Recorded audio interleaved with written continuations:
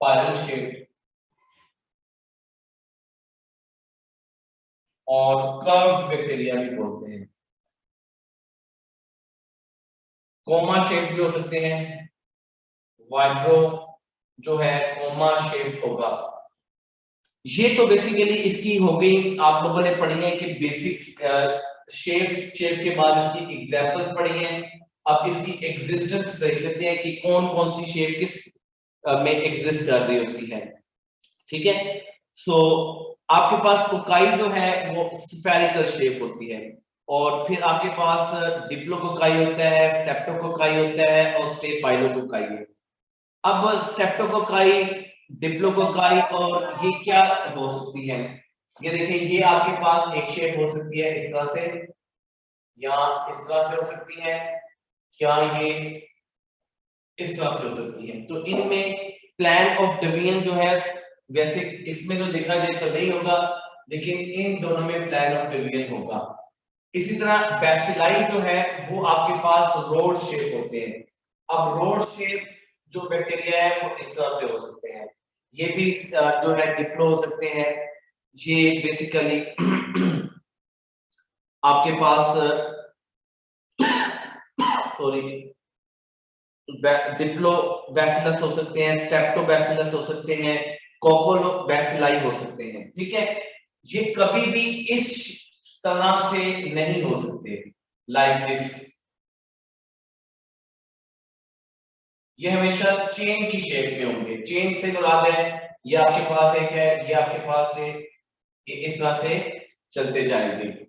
इस पे भी प्लान ऑफ डिवीजन होती है, 2 प्लान ऑफ डिवीजन है। सरसेना जो है उसके पास 3 प्लान ऑफ डिवीजन होती है। ये बेसिकली इसकी सॉरी वो कोकाई की एग्जांपल है, इसमें सिंगल प्लान ऑफ डिवीजन होगी मोस्टली।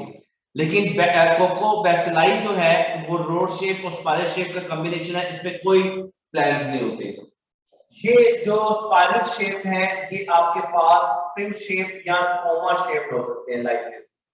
अगर आपको ये आ जाए कि आइडेंटिफाई दिस टाइप, तो आपको पता होना चाहिए कि ये कर्व या कोमा शेप होते हैं। स्पाइरलिकोइड भी होते हैं, कोमा शेप वाइब्रोबैक्टीरिया होते हैं, स्पाइरेलियम थिक रिजिड होते हैं, और स्पाइरल शीट जो है वो थिन फ्लेक्सिबल होते हैं। अच्छा जी, ये तो आप लोगों ने पढ़ ली है इसकी टाइप्स। अब आप लोगों को एमसीक्यूज इसमें से कैसे आ सकते हैं, वो डायग्रामेटिक बेस पे भी आ सकते हैं और इसकी फर्दर एग्जांपल्स भी आ सकती हैं। वो एग्जांपल्स मैं आपको करवा देता हूं। पहले मैंने शेप को डिफाइन किया है इसकी कि शेप कैसी होगी। सो इसकी वन बाय वन एग्जांपल्स पढ़ेंगे हम कि कोकाई जो है फर्दर इसकी टाइप्स किस तरह से हो सकती हैं, इसकी टाइप्स के क्या क्या नाम है, उसकी अपीयरेंस क्या होगी। फॉर एग्जांपल इसमें आपके पास सबसे पहले हो सकता है डिप्लोकोकाई, फिर दूसरा आप लोगों के पास इसमें एग्जांपल हो सकती है स्टेप्टोकोकाई,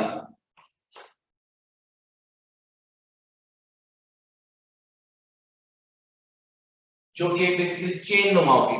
ठीक है जी। फिर आपके पास है स्टेफाइलोकोकाई,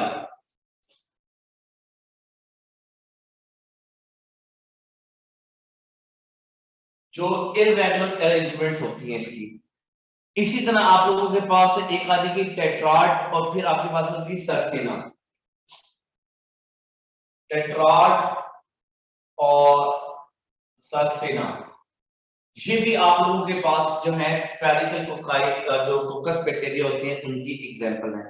ये ग्रुप ऑफ 8 होता है, जबकि टेट्राड जो है वो ग्रुप ऑफ 4 जब ये इकट्ठे हो जाते हैं। यानी कि अगर मैं इसको बनाऊं तो डिप्लोकोकाई जो है वो ऐसे होंगे, स्टेप्टोकोकाई जो है वो इस चेन की शेप में होंगे, स्टेफोकोकाई जो है वो रैंडम पोजीशन में होंगे, टेट्राड जो है वो इस तरह से अरेंज फॉर्म में होंगे, और सार्सिना की जो शेप होगी वो कुछ इस तरह से होगी। अब देखिए ये आप लोग इसके पीछे होगी तो 1 2 3 4 5 6 7 और 8। ठीक है जी, ये इस अरेंजमेंट में मौजूद होंगे। इस अरेंजमेंट को हम क्या कहते हैं, 3D प्लान भी बोलते हैं। अगर आपसे पूछ लिया जाए 3D डिवीजन किसमें होती है तो वो सार्सिना में होती है। अच्छा जी, बैसिलस नेक्स्ट है। तो बैसिलस जो है बेसिकली रोड शेप होते हैं, इनमें कोई प्लान ऑफ डिवीजन इस तरह से नहीं है, लेकिन इसकी टाइप्स दो हैं जिसके अंदर हम प्लान ऑफ डिवीजन बोलेंगे। एक को हम नाम दे रहे हैं यहां पर डिप्लोबैसिलस और स्टेप्टोबैसिलस। डिप्लोबैसिलस होती है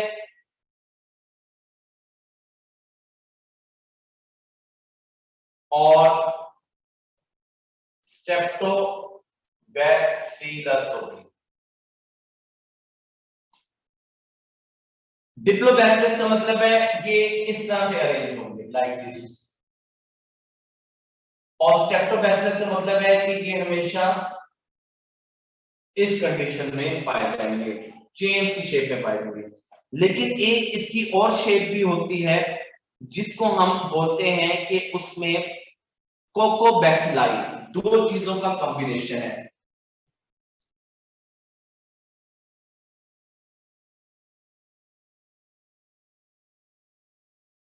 बैसिली या बैसिलाई भी बोलते हैं इसको। तो ये बेसिकली दो यानी कि रोड शेप और स्पाइरल शेप मिलती है, इनकी आगे कोई प्लान ऑफ डिवीजन नहीं होता। फिर आपके पास है स्पाइरल कॉइल शेप होती है, स्पाइरली कॉइल होती है। आपके पास इसकी एग्जांपल्स क्या आ जाती है, एक बड़ी फेमस एग्जांपल आप लोग पढ़ते हैं कॉमा शेप वायरस। सर ये जो आपने साइज लिखा है बैक्टीरिया का, ये 0.1 से 600 नहीं आना? ओ सॉरी, हाँ जी sorry and thank you very much for correction.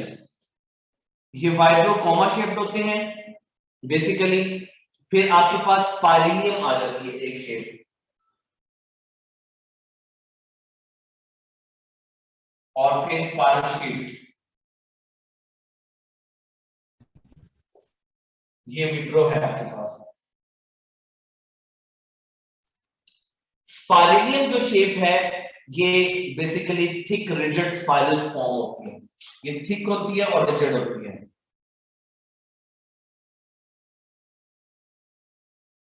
और जो स्पाइरल शीट है ये आप लोगों के पास याद रखिएगा थिन फ्लेक्सिबल स्पाइरल होती है, थिन होगी फ्लेक्सिबल होगी। अगर फॉर एग्जांपल ये अल्फा हो ये बीटा हो और इसमें से कोई चार्ली डेल्टा और आपसे पूछ लिया जाए which of the following example या type of virus bacteria is thin and flexible, तो वो क्या एग्जांपल होगी इसके, आपके पास स्पाइरल शीट होगी। ठीक है जी। अगर आप लोगों से पूछ लिया जाए कि हेलिकोबैक्टर किससे बिलोंग कर रहा होता है, तो वो आप बताएंगे इन बैक्टीरिया का नाम होता है जो जिसको हम स्पाइरल बैक्टीरिया बोलते हैं। इसी तरह ई कोलाई बैसिलस है, सुडोमोनास है, इसकी शेप क्या है, ये बैसिलस होती है। स्ट्रेप्टोकोकाई है, नमूनिया है, नजीरिया गोनोरी है, मेनिंजाइटिस वगैरह के लिए जो होगी वो आपके पास होगी। ये एग्जांपल्स आपने खुद मेमोराइज करनी है क्योंकि ये मेमोराइजेशन इसमें सबसे इंपॉर्टेंट है। नेक्स्ट बेटे हमने इसके सेल्स के बारे में पढ़ना है कि इसके सेल्स की अरेंजमेंट या इसकी एनाटॉमी क्या होगी। अब ये देख लें, ये सारी मेमोराइजेशन करनी है आपने, इसमें कंसेप्ट नहीं है, सिर्फ आप लोगों ने जो कंसेप्ट था उसकी डिवीजन का होता है वो डिवीजन मैंने बता दिया है, इसमें तो कोई डिवीजन ही नहीं है। बेस्ट कोकोबैसिलस में भी कोई डिवीजन नहीं है, इनमें सिंगल सिंगल प्लान है, इसमें 3D है, इस सार्सिना में 3D है, और बाकियों में सिंगल सिंगल प्लान्स होते हैं। टू प्लान्स डिवीजंस भी होती हैं, वो किसमें थी तो बता सकते हैं? डिप्लो और स्ट्रेप्टो। जी बिल्कुल। तो जो टेट्राड आपने बताया उसमें 3 प्लेन होता है या 2 प्लेन? टेट्राड में नहीं, सार्सिना में। टेट्राड में 2 प्लेन होगा। हाँ जी, ये 2 प्लेन्स पे ही जाता है। ठीक है जी। टेट्राड जो है वो बेसिकली 2 प्लान ऑफ डिवीजन है, सार्सिना 3 प्लान ऑफ डिवीजन है, रैंडम जो है वो स्टेफाइलस है, और कोकाई सिंपल में तो कोई डिवीजन नहीं हो सकती ना, उसमें तो ऐसा कोई फॉर्मेशन ही नहीं है। अच्छा, इसके सेल्स पे ही सारी हम डिस्कस कर लेंगे, और जो रिमेनिंग रह जाएगा आप लोगों ने इसको खुद करना है। इसमें देखें कि आपके पास ये एक स्ट्रक्चर है बैक्टीरियल सेल का, और बैक्टीरियल सेल्स में ये चीजें इस तरह से अरेंज है। इसमें जो ये स्ट्रक्चर आपको नजर आ रहा है, ये मैंने सेल वॉल को एलैबोरेट किया है, और आप लोगों को पता है कि इसकी सेल वॉल जो है वो दो तरह की हो सकती है, ग्राम पॉजिटिव और ग्राम नेगेटिव। इसकी केमिकल कंपोजिशन आप लोगों ने पढ़ी है कि पेप्टाइडोग्लाइकन होता है जो कि एक म्यूरिन है, और ये एक्ट करती है एज अ ह्यूज मॉलिक्यूल जिसको हम साइक्लोस बोल रहे होते हैं। म्यूरिन जो है वो या जहां इसकी जो वॉल सेल वॉल है पेप्टाइडोग्लाइकन, ये पॉलीसेकेराइड और प्रोटीन से मिलकर बनी हुई है। यहां पर से इसका ओरिजिनेट होता है स्ट्रक्चर, और इस स्ट्रक्चर को हम बोलते हैं फ्लैजेला। इसके एमसीक्यूज आ सकते हैं, आपसे पूछ सकता है इसकी टाइप्स क्या है फ्लैजेला की। बेटे आपको कोई क्लियर नजर आ भी रहा है कि नहीं आ रहा? क्लियर है यस सर। तो मुझे तो ऐसा लग रहा है जैसे मुझे बहुत ब्लर नजर आ रहा है, क्योंकि मैं लाजमी जो है वो उसको देखता हूँ कैमरा को। अच्छा ठीक है। ये फिर इसमें एक आउटर लेयर भी होती है इस तरह से जो इसकी प्रोटेक्शन बना रही होती है सम टाइम कुछ बैक्टीरिया में इस तरह से। ये एक्सटेंशन नहीं है फ्लैजेला की, ये ना कि आप ये समझ पड़े कि एक्सटेंशन है। ये एक बैक्टीरिया है, उसका मैंने टिपिकल पार्ट आपको दिखाया है।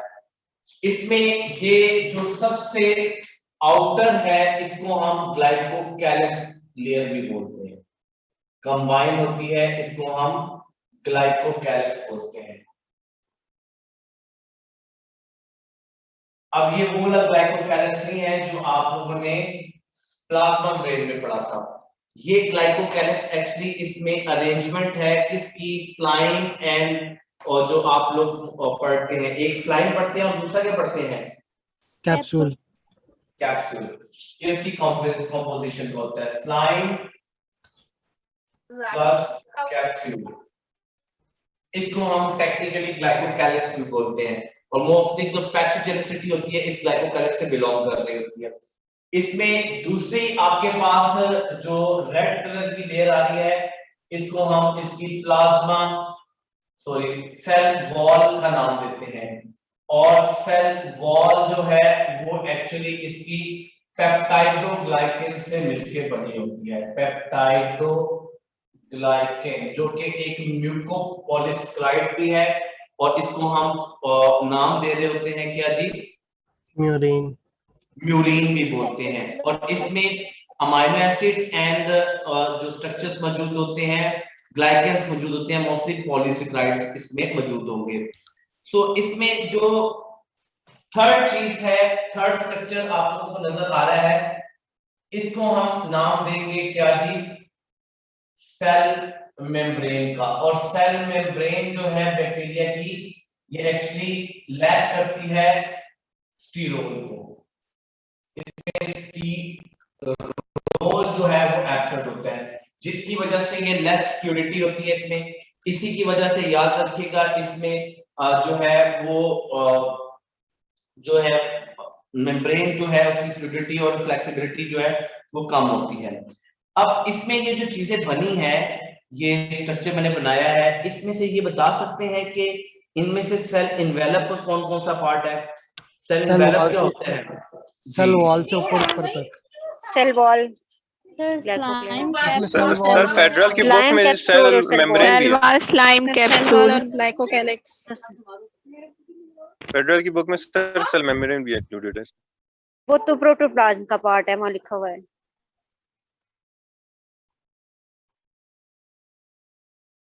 बेटे ये याद रखिएगा, आपके पास जो सेल इन्वेलप होता है, मैं यहाँ पे लिखता हूँ बैक्टीरिया के लिए इन्वेलप की बात हो रही है।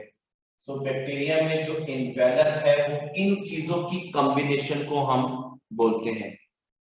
बैक्टीरिया में जो इन्वेलप है उसकी कॉम्बिनेशन क्या है, तो किस वजह से उसको इन्वेलप बोलते हैं। सो बेसिकली आपको याद होना चाहिए कि ये कॉम्प्लेक्स लेयर्स का नाम है एक्सटर्नल सेल प्रोटोप्लाज्म की। इसको हम इन्वेलप बोलते हैं। इसमें capsule, slime and cell wall मौजूद होता है। कैप्सूल होता है, आपके सिलेबस में कुछ भी लिखा हुआ है लेकिन आपने इसको याद रखना है। Slime, capsule plus cell wall, ये तीनों चीजें मिलकर जो है वो क्या बना रही हैं, इन्वेलप बना रही हैं। फिर आप लोग याद रखिएगा कैप्सूल एंड स्लाइम को हम बोलते हैं ये ग्लाइकोकैलिक्स है, ठीक है। इसमें जो आपके पास ये दोनों चीजें जो है ये मिलकर क्या बना रही होती हैं, वो स्लाइम और कैप्सूल बना रही होती हैं, और ये क्या है, बेसिकली प्रोटीन इन नेचर में आपके पास होंगी, ठीक है जी। ये आपके पास है। अब इसमें जो सबसे इंपॉर्टेंट चीज पढ़ने की होती है ना इन्वेलप में, सेल मेम्ब्रेन नहीं होगा इसमें हिस्सा सर? इसमें वो फेडरल में लिखा हुआ है, उसमें पंजाब में नहीं लिखा हुआ। बेटे जो मैं आपको कंसेप्ट बता रहा हूँ ना, आप उस पर फोकस करें, फिर मैं इसका आपको एंड भी बताऊंगा। आपने इसको मर्ज के साथ करना है, ठीक है जी। जब हम मैंने कहा कि कॉम्प्लेक्स लेयर ऑफ प्रोटोप्लाज्म है, प्रोटोप्लाज्म तब इसमें बेसिक टर्म्स आ जाती है capsule, slime and cell wall. अभी तक सेल वॉल के इंसाइड किए हैं हमने, इसको अलग से नहीं पढ़ा कि सेल मेम्ब्रेन को इसमें क्या बोलेंगे। सेल मेम्ब्रेन ही होती है, इसकी सेल मेम्ब्रेन की फर्दर जो है वो हम बाद में स्टडी करेंगे। पंजाब की कंसेप्ट के मुताबिक और दूसरी बुक्स के मुताबिक आपने इसको इस तरह से याद रखना है।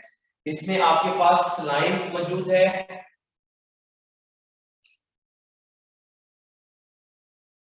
और दूसरा इसमें आपके पास कैप्सूल मौजूद है। इसके एमसीक्यूज आपसे पूछे जा सकते हैं कि स्लाइम क्या काम करता है, कैप्सूल क्या काम करता है, वो आपको याद होना चाहिए। कि इसमें से अगर वो आपसे पूछ ले कि which of the following component of cell envelope is thick and gummy, तो कैप्सूल जो है थिक होता है और गमी होता है, थिक एंड गमी, ये इसका फीचर है, ठीक है। जबकि जो स्लाइम होता है बेसिकली ये लूज सॉल्युबल शील्ड होती है मैक्रोमोलेक्यूल्स की, और ये आउटसाइड द कैप्सूल होती है, ठीक है। इसको हम स्लाइम कैप्सूल भी बोलते हैं, ये क्योंकि ये बेसिकली इसको हम स्लाइम कैप्सूल भी बोलते हैं क्योंकि ये आउटसाइड होती है इस पूरे एनवेलप के। सबसे पहले एनवेलप बनता है तीन चीजों से मिलके, slime, capsule and cell wall. तो सबसे पहले आपके पास आता है स्लाइम, उसके बाद कैप्सूल, उसके बाद आपके पास आता है सेल वॉल, ठीक है। फर्दर इसको देखा जाए, ये एक्चुअली पैथोजेनिसिटी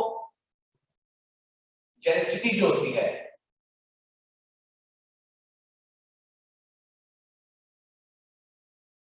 को इंक्रीज करती है। अगर कोई बैक्टीरिया बहुत ज्यादा पावरफुल है तो वो इसकी वजह से होता है। पैथोजेनिसिटी जो है वो स्लाइम प्रोड्यूस करती है और इसको प्रोटेक्ट करती है फैगोसाइटोसिस से। जबकि कैप्सूल जो है ये बेसिकली बना होता है, ये गमी स्टिकी नेचर का होता है, क्लोनिस की शेप में होता है, बैक्टीरिया को क्लोज कर देता है। ये पॉलीस्क्राइड यूनिट्स होते हैं और प्रोटीन्स के यूनिट होते हैं जिसके बना होता है। अगर आपसे ये पूछ लिया जाए कि इसकी केमिकल कंपोजिशन क्या है तो आप कहेंगे कि ये एक्चुअली प्रोटीन्स यूनिट से मिलकर बना हुआ है।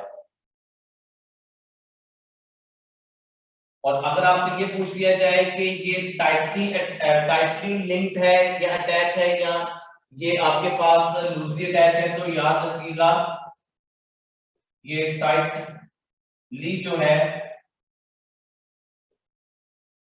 अटैच होता है और लूजली अटैच कौन सा होता है, ये लूजली अटैच होता है।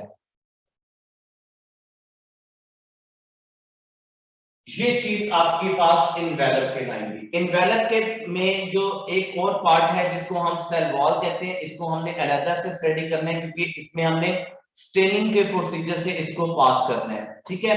सेल वॉल आपको पता चल गया परमेबल है, मटेरियल को पास इन आउट होने देती है, लेकिन इसमें जो सबसे इंपॉर्टेंट चीज है इसके बाद वो आपके पास फ्लैजेला है। और फ्लैजेला के क्वेश्चन लास्ट टाइम भी आए थे, यानी कि आपके पीएमसी से पहले इसमें से क्वेश्चन आते रहे हैं कि फ्लैजेला जो है वो नॉन फिलामेंटस स्ट्रक्चर होता है जो कि फ्लैजिलीन प्रोटीन के साथ मिलकर बना होता है। इस पॉइंट ऑफ व्यू से हमारे पास जो बैक्टीरिया होते हैं ये एक ट्राइकस हो सकते हैं जिसमें कोई भी जो है वो मौजूद नहीं होता फ्लैजेला। फिर इसकी एग्जांपल है माइकोप्लाज्मा, उसमें ना तो सेल वॉल है, ना ही उसमें कैप्सूल है, ना ही उसमें स्लाइम है, और ना ही उसमें जो है फ्लैजेला है। फिर आपके पास एट्राइकस के बाद जो है वो मोनोट्राइकस आ जाता है। मोनोट्राइकस उसको बोलते हैं जिसमें सिर्फ आपके पास एक, याद रखिएगा मेरा मार्कर भी सही नहीं चल रहा, एक फ्लैजेला एक पोल पे मौजूद होगा, किसी एक पोल पे मौजूद हो सकता है। इसके बाद आप लोगों ने इसमें पढ़ना है एम्फीट्राइकस।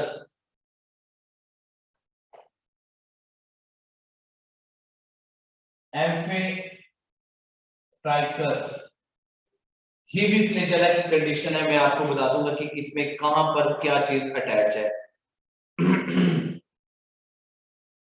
लोफोट्राइकस है,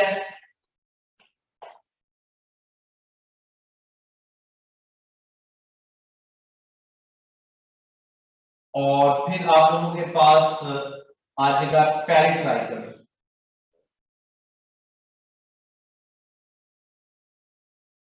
अगर तो फ्लैजेला ना हो तो उसको हम एट्राइकस बोलते हैं। इसके एमसीक्यूज आ सकते हैं आपको। मोनोट्राइकस में एक सिंगल जो है एक साइड पर, किसी एक साइड पे, राइट या लेफ्ट साइड पर इसकी पूल के पे एक फ्लैजेला हो सकते हैं। एम्फीट्राइकस का मतलब होता है जिसमें बैक्टीरिया के दोनों साइड पर एक एक फ्लैजेला मौजूद हो, इसको हम एम्फीट्राइकस का नाम देते हैं। और इसमें जो लोफोट्राइकस है उसकी कंडीशन क्या है कि ऐसे बैक्टीरिया जिसमें टफ और फ्लैजेला एट वन पोल हो, किसी एक पोल पे आपके पास फ्लैजेला जो है वो बहुत से ज्यादा मौजूद हो। ये आपके पास मोनोट्राइकस की एग्जांपल थी, और ये आपके पास एट्राइकस की एग्जांपल है।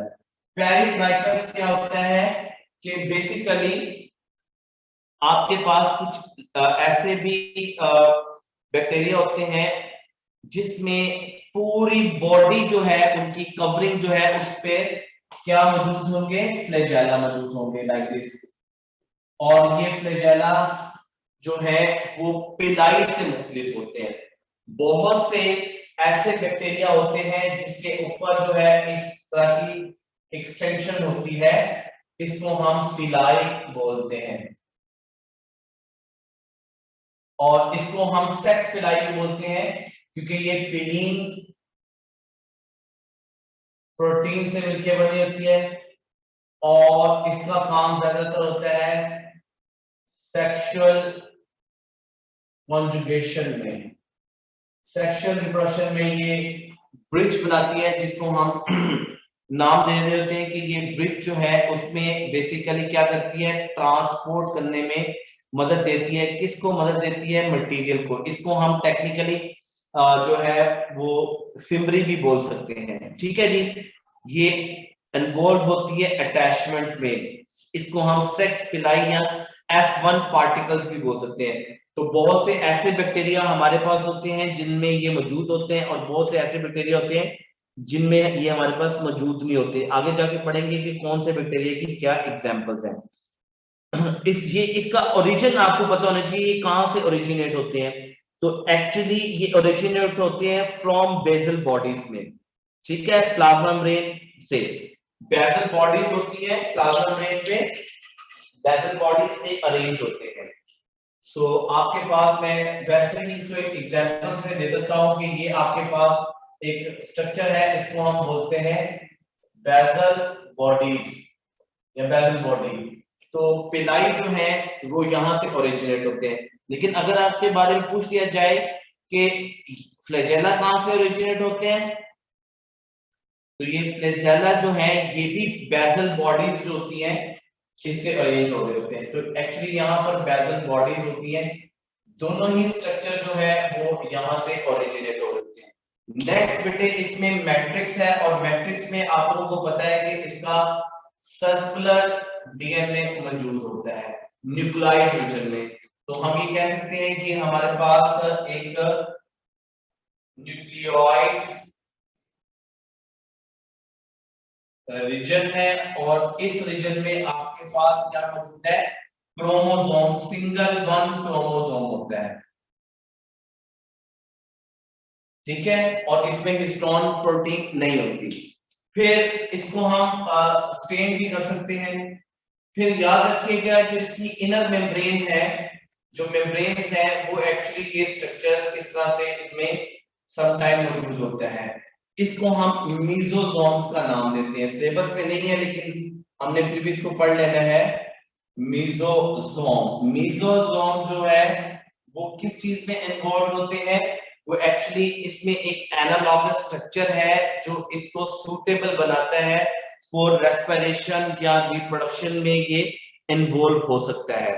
ये किसकी रिप्रोडक्शन में किस स्ट्रक्चर्स में इन्वॉल्व होता है, ये एक्चुअली जो प्लाज्मा मेम्ब्रेन्स हैं उसकी बॉडी में जो उसकी जो मेम्ब्रेन्स है उसकी मॉडिफिकेशंस हैं। सो प्लाज्मा मेम्ब्रेन में ये बैक्टीरिया में इसमें एंजाइमेटिक एक्टिविटी में इन्वॉल्व हो सकता है, ठीक है जी। इसके अलावा ये सेलुलर रेस्पिरेशन में इन्वॉल्व हो सकता है और भी बहुत से इसके स्ट्रक्चर्स हो सकते हैं। फॉर एग्जांपल हम कह सकते हैं इन्वेजिनेशन ऑफ सेल मेम्ब्रेन क्या होगी, दैट इज मीजोसोम्स, और ये डीएनए की रेप्लिकेशन में, एक्सोसेलुलर एंजाइम्स में, सेल की डिवीजन में और रेस्पिरेटरी एंजाइम में इन्वॉल्व हो सकता है। ये किन में इन्वॉल्व है मीजोसोम्स, ये एक्चुअली सेलुलर रेस्पिरेशन में इन्वॉल्व हो सकता है, यानी कि एरोबिक रेस्पिरेशन बैक्टीरिया में ज्यादा होगी। इसके अलावा सेल्स की डिवीजन परफॉर्म करने में ये हेल्प कर सकते हैं, रेस्पिरेशन में इन्वॉल्व हो सकते हैं यानी कि फूड को ब्रेक डाउन करने के लिए। इसके अलावा इस पे बेसिकली आपके पास ऐसे स्ट्रक्चर्स भी होते हैं जो बेसिकली एंजाइम्स होते हैं जो एक्सपोर्ट करते हैं मटेरियल को, एक्स्ट्रासेलुलर एंजाइम्स को बॉडी से बाहर। फिर आप लोगों ने पढ़ा हुआ है कि इसकी बॉडी के अंदर जो है राइबोसोम्स होते हैं। अब ये मैं नहीं बता रहा कि राइबोसोम्स के फंक्शन क्या है, क्या फॉर्मेशन है, आप लोगों ने पढ़ा हुआ है कि 70s के राइबोसोम्स यहाँ पर मौजूद होते हैं। हाँ, ये आपको मैं बता सकता हूँ, ये आप लोगों को पता होना चाहिए कि इनके राइबोसोम्स जो है they may be free or they may be sometime attached to the inner membrane, plasma membrane के साथ ये अटैच फॉर्म में हो सकते हैं। जी बोले बेटे। सर जो एम्फीट्राइकस है उसमें भी टफ नहीं होता दोनों पोल्स पे, आपने वो एक एक जो बनाए हुए? क्या कह रहे हो? सर जो फ्लैजेला के बेस के ऊपर आपने वो क्लासिफिकेशन की है, इसमें जो एम्फीट्राइकस है, सिंगल फ्लैजेला है, single flagellum at both ends होगा, that is amphitrichous. Sir amphitrichous जो है वो टफ फ्लैजेला नहीं होता है एट ईच पोल? बेटे मेरे मुताबिक एम्फीट्राइकस है, मुझे याद करने दे, एम्फीट्राइकस में दोनों साइड पर एक एक फ्लैजेला होता है, सिंगल फ्लैजेलम होते हैं बोथ साइड पे। लोफोट्राइकस में टफ फ्लैजेला होता है एट बोथ एंड। तो अब मुझे, मेरे पास बुक नहीं है, मुझे नहीं पता इसमें क्या है, आप मुझे गाइड कर दें। सर वो फिर किसी और से पूछने, मेरा ख्याल है कि टफ होता है, कि मैं भी छोड़ नहीं, वो कोई और चलिए बता कोई दे। बता दे, कोई स्टूडेंट बता दे, मैं थोड़ा सा देख, तो मेरे पास ना एक्टिव बुक नहीं है। तो जी बताएं बेटे। जी बेटे आप बोलें। सर जो टफ्ट ऑफ फ्लैजेला ही होगा इसमें एम्फीट्राइकस में बोथ साइड पे, पंजाब की बुक के अकॉर्डिंग। अच्छा, और फेडरल के स्टूडेंट्स ने क्या है? जी बेटे। सर मैंने एक क्वेश्चन करना था कि आपने मेसोसोम में जो सेलुलर रेस्पिरेशन और रेस्पिरेशन दोनों अलग अलग लिखे हुए हैं, तो इसमें आपका क्या मतलब है? देखिए सेलुलर एक को तो ना मैंने जस्टिफाई ये किया है कि सेलुलर रेस्पिरेशन का यहाँ पर ये मतलब है कि एक्चुअली ये आपके पास रेस्पिरेटरी एंजाइम्स होते हैं, ठीक है, ये क्या होते हैं, रेस्पिरेटरी एंजाइम्स के लिए है, ठीक है। और रेस्पिरेशन जो एरोबिक बैक्टीरिया होते हैं उसमें ये सबसे ज्यादा मौजूद होते हैं। रेस्पिरेशन का मतलब होता है आप लोगों ने दो तरह की रेस्पिरेशन पढ़ी है। एक आपने पढ़ा है कि एक्सचेंज ऑफ गैसेस होंगी, ब्रीथिंग जिसको आप बोलते हैं। ये ब्रीथिंग तो नहीं करते, लेकिन ये एक्सचेंज ऑफ गैसेस करते हैं, यानी कि कार्बन ठीक है। डाइऑक्साइड लेते हैं, ऑक्सीजन लेते हैं, इस वजह से मैंने लिखा है। ठीक है, जी सर, थैंक यू। अगर कोई फेडरल का स्टूडेंट है तो उसके मुताबिक उसको वो बताए जरा देख के, ताकि ये सारा कांसेप्ट क्लियर हो। मुझे तो यही याद पड़ता है कि यही होता है। सर सबसे पहले ना लोफोट्राइकस आता है, जिसमें ये जो एक टफ वो एक साइड पे होता है। उसके बाद एम्फीट्राइकस आता है, जिसमें दोनों साइड पे दो टफ टफ जला प्रेजेंट होते हैं। नहीं, वो तो कोई मसला नहीं है, वो तो जहाँ पे आप मर्जी लिख दें, इसकी जी कोई सर। अरेंजमेंट की दिखासी नहीं है। आप कहते हैं एक टफ वाला तो ठीक हो गया ना, जी ठीक है चलें, ये तो फिर बाई ट्राइकस हो जाता है ना। जी सर। बिल्कुल ठीक है, मेरे माइंड में कुछ इस तरह से था। अच्छा जी, इसमें कुछ चीजें स्टोर भी होती हैं। स्टोर क्या होती हैं? वो इसमें चीजें ग्लाइकोजन स्टोर हो सकती हैं। एम्फीट्राइकस ही होता है। एम्फीट्राइकस क्या होता है? सर जब दोनों एंड्स पे एक एक फ्लैजेला होता है उसको एम्फीट्राइकस कहते हैं। सर अभी जो आपने बताया है इसको एम्फीलोफोट्राइकस कहते हैं। मैं वही तो कह रहा हूँ कि ये है, क्योंकि मैंने आप लोगों का लेक्चर आज रीड ही नहीं किया, क्योंकि मुझे टाइम नहीं मिला। मैंने आज छुट्टी करनी थी, लेकिन आपके सिलेबस की वजह से, क्योंकि मैंने कुछ अब्दुल्ला को कहा था कि वो आपसे कहे कि कुछ वीडियोस को आप खुद भी देख लें ये लेक्चर्स की। ये आपको एसएससी के इसमें है, इसमें से एक या दो एमसीक्यू डाले, नो डाउट ये बहुत इंपॉर्टेंट है। एक एमसीक्यू से भी आपकी जो है ना परसेंटेज कम हो सकती है, पर चले इसको देखिए। यही मेरा मुताबिक ये है। आपने दूसरा को क्या नाम बताया? एम्फीलोफोट्राइकस।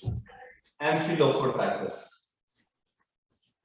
हाँ जी सही है ना, वो एम्फिलो, इन दोनों की कंपोजिशन जो है वो एम्फिलोफोट्राइकस होगी, यानी कि इस तरह से ये कंडीशन होगी। आपने कहीं से पढ़ा है ये? सर फेडरल हमारी नहीं है, बुक में है, किसमें? फेडरल की बुक में है सर। हाँ ठीक, good, thank you very much correction के लिए। जो पंजाब के स्टूडेंट्स हैं वो करेक्शन कर लें भाई इसमें।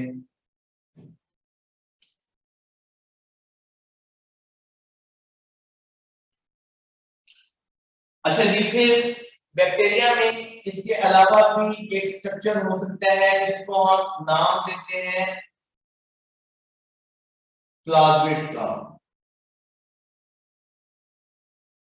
प्लाज्मिड एक्स्ट्रा क्रोमोसोमल डीएनए होता है,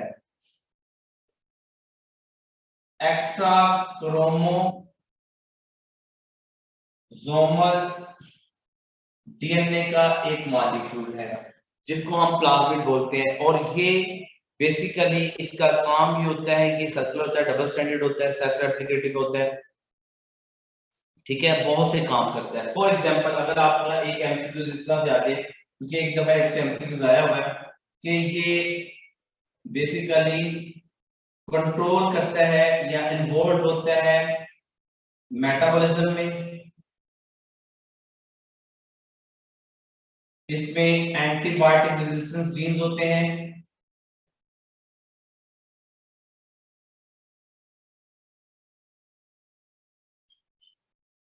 इसमें आप लोगों के पास ये पूछ सकता है कि मेटल आयंस की रेजिस्टेंस जो होती है, मेटल आयंस जो है हैवी मेटल रेजिस्टेंस जीन्स होते हैं इसमें, ठीक है, ड्रग रेजिस्टेंस जीन्स होते हैं, हैवी मेटल आयंस के इसमें स्ट्रक्चर्स मौजूद होते हैं, रेजिस्टेंस जीन्स होते हैं, ठीक है। इसमें ड्रग रेजिस्टेंस जीन्स होंगे। सो आपसे अगर पूछ लिया जाए कि which of the following is not an essential function of plasmid, जी मरियम राशिद बोले बेटे। अल्फा।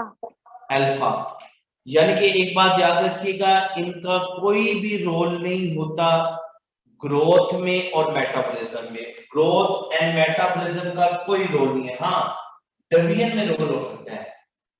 ट्रांसपोर्टेशन इनके मटेरियल की ट्रांसपोर्टेशन, डीएनए की ट्रांसपोर्टेशन में इनका रोल हो सकता है। हैवी मेटल आयंस इसमें जीन्स होते हैं। सो प्लाज्मिड को हम एज अ वेक्टर भी यूज कर रहे होते हैं, ठीक है जी। फिर जी इसमें आप लोगों ने एक और स्ट्रक्चर्स भी पढ़ना है कि समटाइम इसमें स्टोरेज बॉडीज क्या हो सकती हैं। तो स्टोरेज बॉडीज जो हैं वो एक्स्ट्रा न्यूट्रिएंट्स इसमें स्टोर होते हैं, वो आपको मैं यहाँ पे बना देता हूँ। इसको हम ग्लाइकोजन स्टोरेज बॉडीज भी बोलते हैं। इसमें ये आपके पास एक्स्ट्रा फूड जो है वो स्टोरेज की शेप में हो सकती है। इसको क्या इसमें जो है आपके पास बता सकते हैं, कोई स्टूडेंट बताएगा कि किस स्टोरेज बॉडी में ग्लाइकोजन होती है, फैट होती है, फास्फेट होती है, सल्फर हो सकता है? ये अगर आपसे पूछ लिया जाए कि स्टोरेज बॉडी में सल्फर हो सकता है, आपके लिए हो सकता है, इसकी बॉडी में ग्लाइकोजन हो सकती है, हो सकती है। सल्फर क्यों? हाइड्रोजन सल्फाइड की वजह से। और इसकी बॉडी में आपके पास प्रोटीन्स या लिपिड्स या दूसरे मॉलिक्यूल्स बिल्कुल एग्जिस्ट कर सकते हैं, ठीक है जी। फॉस्फेट हो सकता है, फैट्स भी हो सकती हैं, और फॉस्फेट हो सकता है इसकी बॉडी में। लेकिन इसकी बॉडी में ना कुछ इस तरह के सब्सटेंस भी मौजूद होते हैं, लाइक दिस क्रिस्टल्स फॉर्म में, इस तरह से फॉर्म में यहाँ पर। इसको अगर आइडेंटिफाई करना हो तो इसको क्या बोलेंगे? हम इसे कहेंगे waste material, alcohol, lactic acid and acetic acid. इसमें वेस्ट मटेरियल जो है आपको इसका पता होना चाहिए कि वेस्ट मटेरियल कौन सा है। समटाइम्स स्टूडेंट कंफ्यूज हो जाते हैं, फॉर एग्जांपल एमसीक्यू सॉल्व करते हुए कि वो लिखे यहाँ पर आपके पास वेस्ट मटेरियल के names, for example lactic acid, ठीक है, फिर आपके पास लिखे अल्कोहल।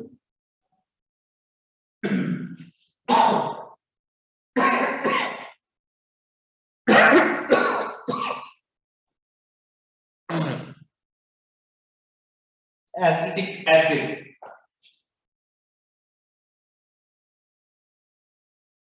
ठीक है, ये अल्फा हो जाए, बीटा हो जाए, चार्ली हो जाए, और ये पूछ दे कि which of the following is not a waste material. तो जो वेस्ट मटेरियल नहीं है तो वो स्टोरेज मटेरियल है। ग्लाइकोजन है, सल्फर है, फैट्स है और फास्फोरस है, ठीक है। समटाइम बैक्टीरिया जो है वो आपके पास स्पोर और सिस्ट की फॉर्म में भी मौजूद होते हैं। मेटाबॉलिकली डोर्मेंट जो बॉडीज होती हैं उसको हम स्पोर बोलते हैं, ठीक है जी। मेटाबॉलिकली डोर्मेंट बॉडीज को हम क्या बोलते हैं? स्पोर्स।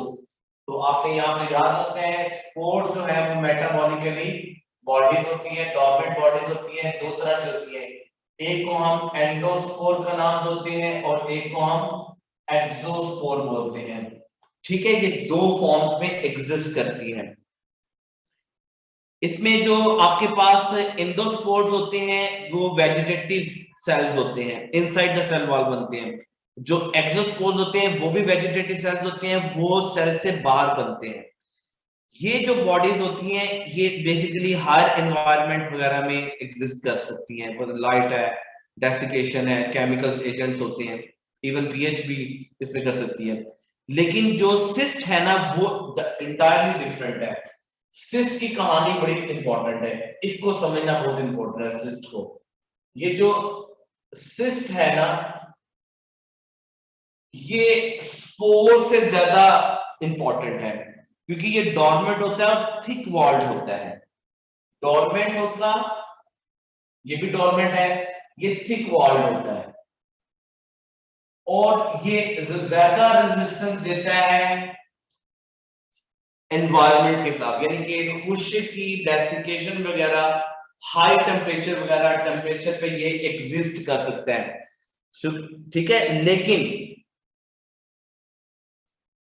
ज्यादा हीट रेजिस्टेंट स्ट्रक्चर ये नहीं हो सकता, हाई टेम्परेचर से ज्यादा अबव पे नहीं जा सकता। वो दोनों ये दोनों का मतलब क्या है कि ज्यादा लाइट हीट को ये बर्दाश्त नहीं कर सकता। ये बेसिकली जो सिस्ट है ये लॉन्ग टर्म सरवाइव कर सकते हैं, जो कि स्पोर्स जो है वो भी लॉन्ग टर्म सरवाइव करते हैं। लेकिन जब इसमें याद रखिएगा एंडोस्पोर्स जो होते हैं ना वो ज्यादा से ज्यादा सालों तक जिंदा रह सकते हैं। जर्मिनेशन के लिए ये हमेशा जो है वो फेवरेबल कंडीशन रिक्वायर होती है। मोस्टली आप देखते हैं ना कि बैक्टीरिया इतना पुराना मिला है तो वो क्या क्या होता है कि मम्मीज जो होती हैं उनके फॉसिल्स में ये स्पोर्स मौजूद होते हैं, या उनकी फॉसिल्स में, उनके स्टूल में या उनकी बोन्स में मौजूद होते हैं। तो वहां से हम इसको जब एनवायरमेंट सूटेबल देते हैं तो एक्चुअली अपने स्पोर्स को ये ब्रेक करते हैं, ठीक है, क्योंकि इसकी रेंज जो है वो ज्यादा है एज कम्पेयर टू सिस्ट की। ये रेंज है कि ठीक वॉल्ड होता है, ठीक है, और हीट टेम्परेचर यानी कि ड्राई एनवायरनमेंट में रह सकता है। ये हर तरह के एनवायरनमेंट रहते हैं, टेम्परेचर वाला हो, पीएच हो, डेसिकेशन हो, कोई भी एनवायरनमेंट हो। इसमें जो सबसे इंपॉर्टेंट है ना वो एंडोस्पोर है, यानी कि ये अपने डीएनए के गिर्द जो है, ये फॉर एग्जांपल एंडोस्पोर बनाओ तो अपने डीएनए को सेव करता है, क्योंकि सारी इंफॉर्मेशन तो इसके डीएनए में होती है। तो इस चीज को हम एंडोस्पोर्स का नाम दे रहे होते हैं। जी बेटे आगे लीना बोलिए। अस्सलाम वालेकुम सर। वालेकुम। सर मैंने पूछना था कि डेसिकेशन एनवायरनमेंट कौन सा होता है? बेटे वो एनवायरनमेंट जिसमें ड्राई कंडीशंस होती हैं, यानी कि डेसिकेशन में मिसाल के तौर पे हम कह सकते हैं जिसमें फूड की अवेलेबिलिटी ना हो, न्यूट्रिशन की अवेलेबिलिटी ना हो उसमें। Okay sir, thank you. Welcome बेटे।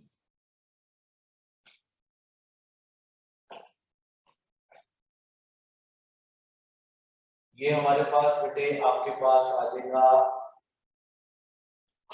सेल वॉल में positive and negative cell wall, ग्राम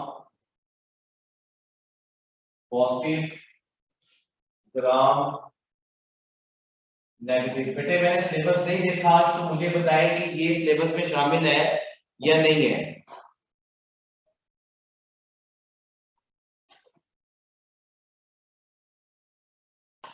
जी बोले।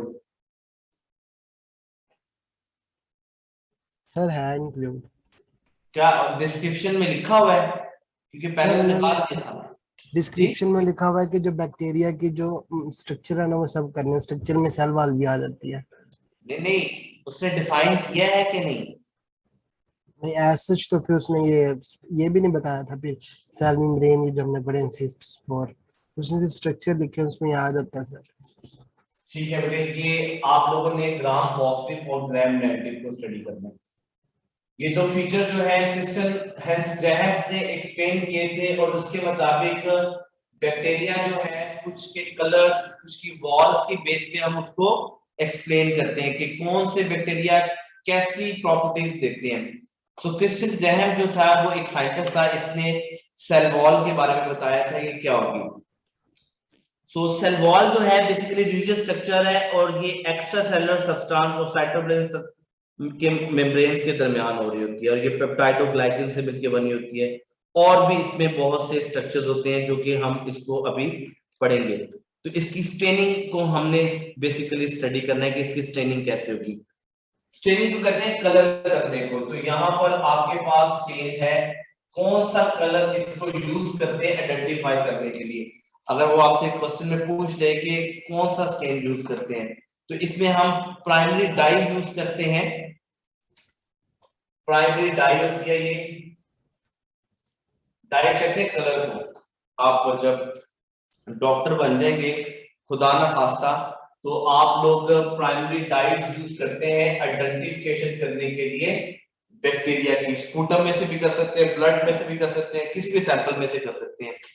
इस डाई को जब हम ग्राम पॉजिटिव के साथ ट्रीट करते हैं तो उसका क्या कलर आता है, उसको हम बोलते हैं पर्पल कलर आता है। यहाँ पर हम लिखेंगे पर्पल कलर।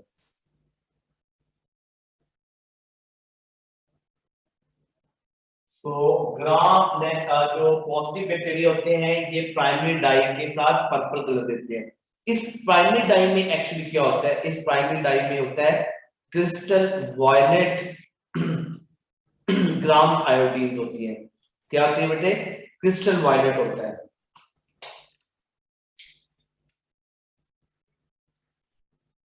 क्रिस्टल वायलेट ग्राम आयोडीन।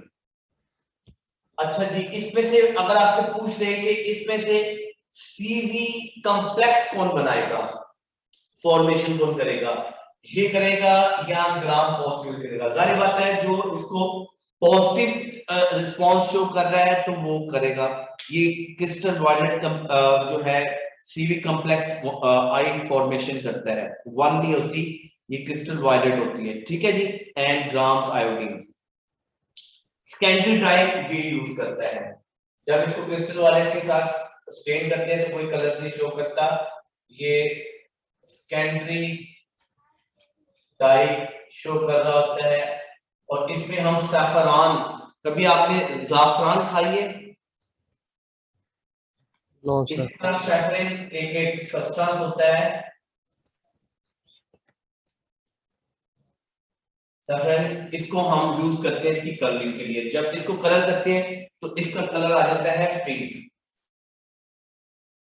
सो यहाँ पर स्टेन के आप कलर लिख लेंगे, ये आपको स्टेनिंग कलर का पूछ सकता है कि आपने जो कलर किए हैं वो क्या है।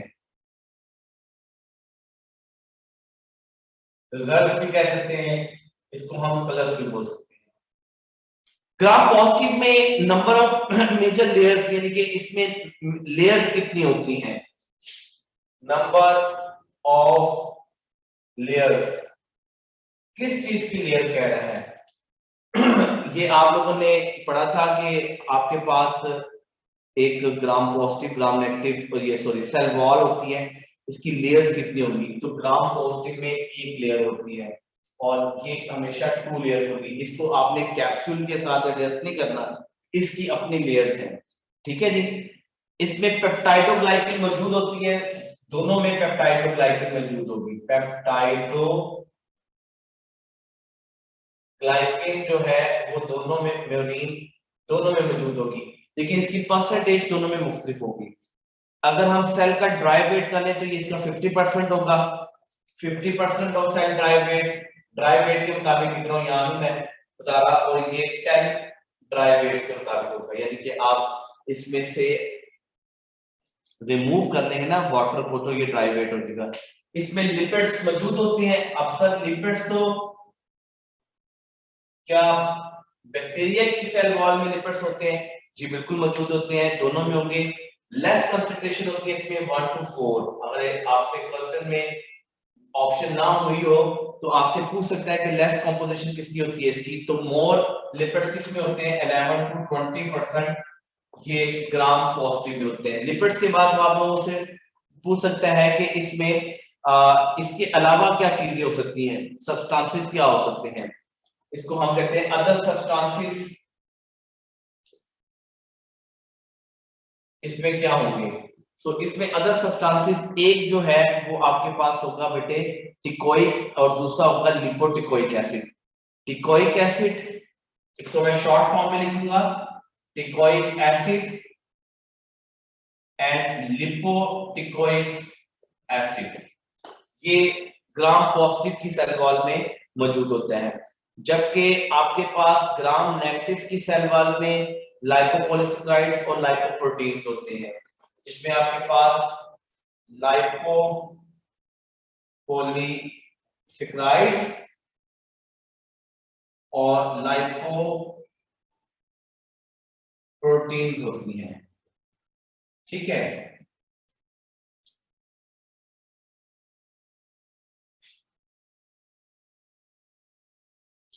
फिर अगर आपसे ये पूछ लिया जाए कि इसमें पेरिप्लाज्मिक स्पेस होती है या नहीं होती, ये बड़ी इंपॉर्टेंट है, और इसके बगैर जो आप जो है पेरिप्लाज्मिक स्पेस, ये पेरिप्लाज्मिक स्पेस जो है ये एक्चुअली क्या होगी, ये सेल मेम्ब्रेन और सेल वॉल के दरमियान जो गैप होता है इसको हम पेरिप्लाज्मिक स्पेस का नाम देते हैं।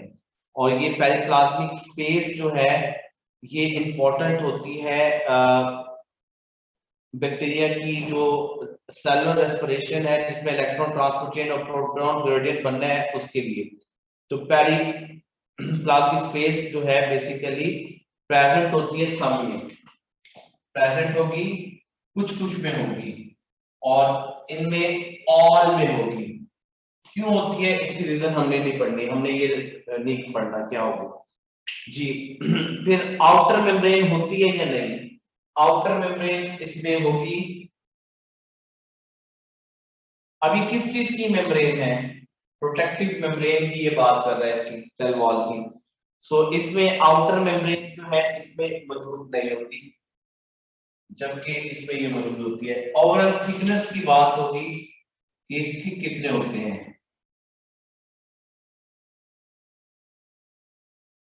सो ग्राम पॉजिटिव बैक्टीरिया जो है इनकी जो थिकनेस है वो बेसिकली तो 20 से 80 नैनोमीटर के दरमियान होती है। अगर ये वैल्यू गलत होगी तो मुझे बता दीजिएगा, मैं बहुत अच्छे बात ये पढ़ा रहा हूँ। और ये मेरे ख्याल से 20 के इन बिटवीन मुझे याद पड़ता है कि ये 10 to 18 या 8 to 12 होती हैं, शायद के 11 होंगी, और ये थिन हो जाती है। अगर ये गलत होगी मुझे बता देना, और इस लिहाज से ये थिक बन जाती है। इसमें और ट्रेड्स कौन से जिसको हम रीड आउट कर सकते हैं कि इसमें आपके पास रेजिस्टेंस कितनी होती है एंटीबायोटिक के खिलाफ या मटेरियल के खिलाफ, रेजिस्टेंस या एनवायरनमेंट के अगेंस्ट रेजिस्टेंस होती है। सो इसमें बिल्कुल होगी और मोर होगी, ज्यादा होगी, इसमें भी होगी लेकिन लेस रेजिस्टेंस होगी। सो ग्राहम साइंटिस्ट ने इसको फाइंड आउट किया था और बताया था कि वो बैक्टीरिया जो प्राइमरी डाइस के साथ अपना कलर चेंज कर ले उसको हम प्राइमरी जिसको हम पॉजिटिव बैक्टीरिया बोलते हैं।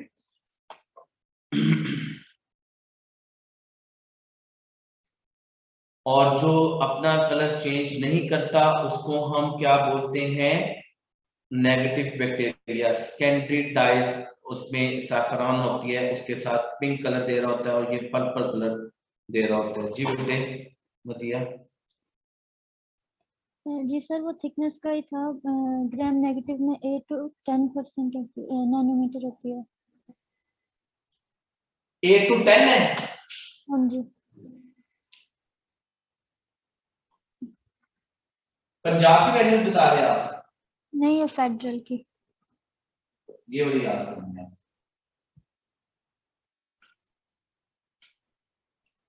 बस ठीक है, कुछ नहीं है जी।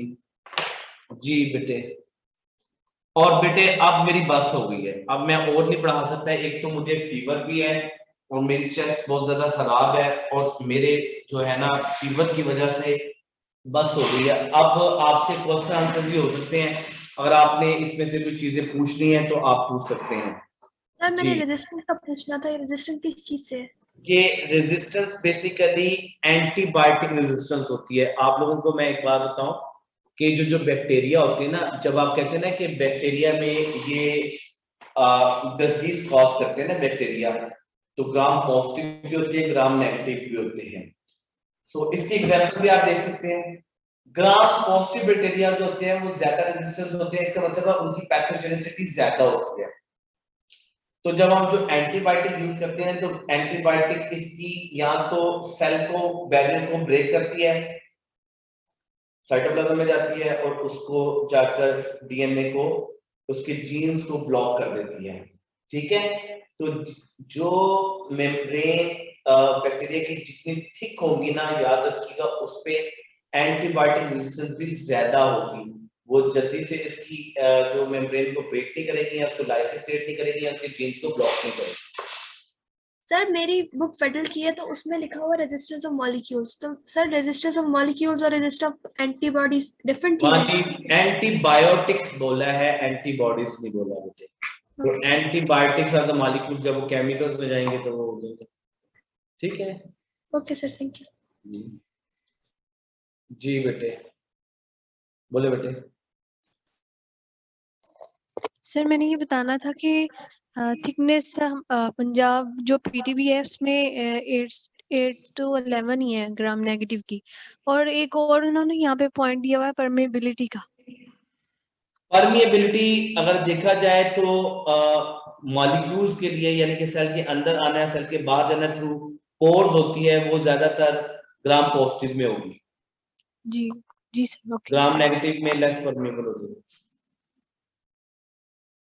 जी सर मैंने ये पूछना था कि इम्पोर्टेंस ऑफ बैक्टीरिया जो है उसमें लाइक वो हम रीड तो खुद ही कर लेंगे, लाइक उसमें जो इम्यूनाइजेशन और वैक्सीनेशन वाला टॉपिक है वो करना है। बेटे मुझे अब चाहे सिलेबस में लिखा हुआ है, सर सिलेबस में इतना लिखा हुआ है कि मैं बता देता हूँ इम्पोर्टेंस। इकोलॉजिकल, ये याद है मैंने सिलेबस एक दिन देखा था तो उसमें इकोलॉजिकल इंपॉर्टेंस था। सो अब ये इकोलॉजिकल इंपॉर्टेंस में आप एंटीबायोटिक देख लें, मेडिकल इंपॉर्टेंस देख लें, फिजिकल कंट्रोल देख लें जिसमें रेडिएशन है, फिल्ट्रेशन है, पास्चराइजेशन है, लो टेम्परेचर प्रिवेंशन, और केमिकल मेथड में आप लोग एंटीसेप्टिक देख लें, थेराप्यूटिक एजेंट, वैक्सीन देख लें, सिर्फ डेफिनेशन देखनी है। Use and misuse of antibiotics भी देखनी है। नहीं, use miss use of antibiotic नहीं देखनी। सही। और सर वो जो सियानोबैक्टीरिया के बाद जो इकोनॉमिक इंपोर्टेंस नहीं नहीं ठीक हो गया।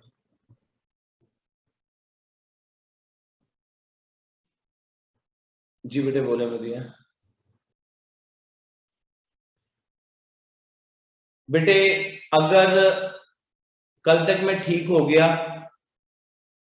तो मैं यूनिट 9 जो है सॉरी यूनिट 10 जो है वो स्टार्ट करवाऊंगा।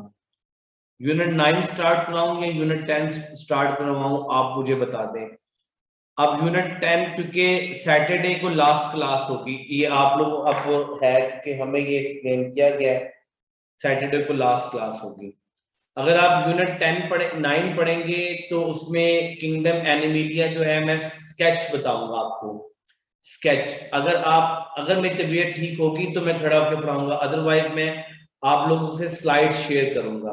ठीक है, आज भी मैं सिर्फ और सिर्फ आप लोगों की क्लास की वजह से आया हूँ, वरना मैंने मॉर्निंग में ऑफ किया था। इसके बाद भी मैं चला जाऊंगा कि आप लोगों का सिलेबस सबसे पीछे था, बाकी मेरा सिलेबस तकरीबन यूनिट नंबर 10 पे है। ठीक है, अब आप लोग मुझे अभी यूनानिमसली जो है एक फैसला करें और मुझे बताएं कि आपने क्या करना है। जी नवेरा बतूल बोले बेटे।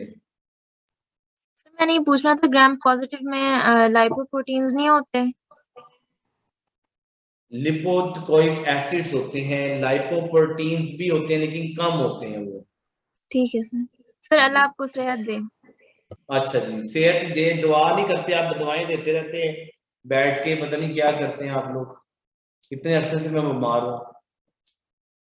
जी ऐसे बोलो।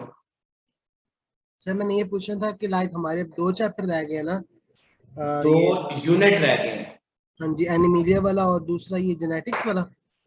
जेनेटिक्स में आप लोगों ने, जी जेनेटिक्स में आप लोगों ने ना law of independent arrangement, law of segregation और इनिशियली जो डेफिनेशन था उनको पढ़ना है। एबीओ ब्लड ग्रुप सिस्टम है और लिंकेज है, एनिमल्स ह्यूमंस में लिंक ग्रुप है, ये पढ़ना है। तो आप लोगों से ये रिक्वेस्ट है कि आप लोग जो है ये डिसाइड कर लें। सब आप लोगों का ग्रुप तो बना हुआ है, मुझे बताया था अब्दुल्ला ने कल परसों ही कि बच्चों का ग्रुप बना हुआ है, वो डिस्कस करते हैं चीजों को। तो आप लोग मुझे बताएं और फिर मुझे आज तक बताएं शाम तक, ताकि ऐसा ना आप तो मुझे मैसेज करते रहते हो।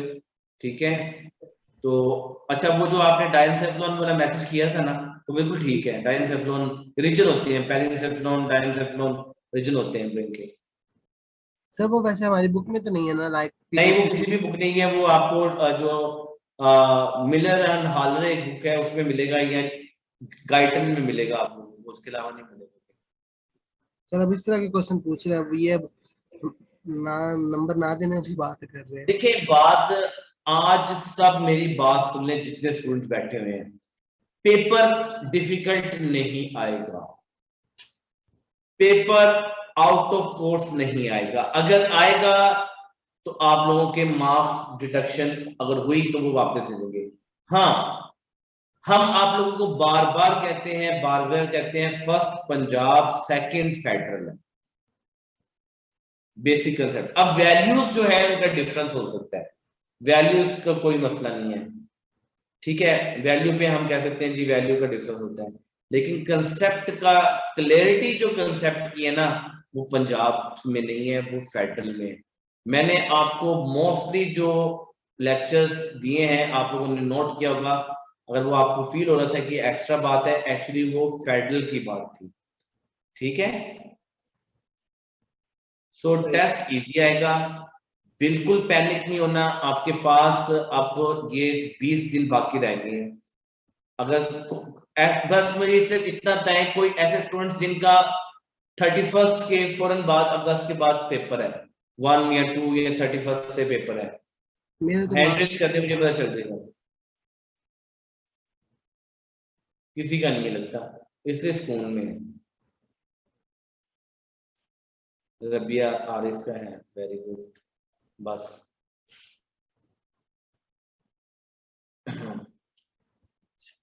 जी बोले बेटे। सर मैंने पूछना है, वो शायद सर ने ना एलएमएस पे ग्राम नेगेटिव का ना मोर रेजिस्टेंट लिखवाया था, मेरे पास लिखा हुआ था। नहीं बेटे, ये ग्राम पॉजिटिव मोर रेजिस्टेंस होता है। सर वो एक बच्ची ने पिक भी भेजी है ग्रुप में, तो वहाँ पे भी बुक में जो है ना नेगेटिव पे मोर लगा हुआ है और पॉजिटिव पे लेस लगा हुआ है। एक मिनट, मैं अभी ये लैपटॉप से बोलता हूँ ऑनलाइन, मैं अभी देख लेता हूँ। होना तो नहीं चाहिए था ऐसा। अच्छा ये हो गया।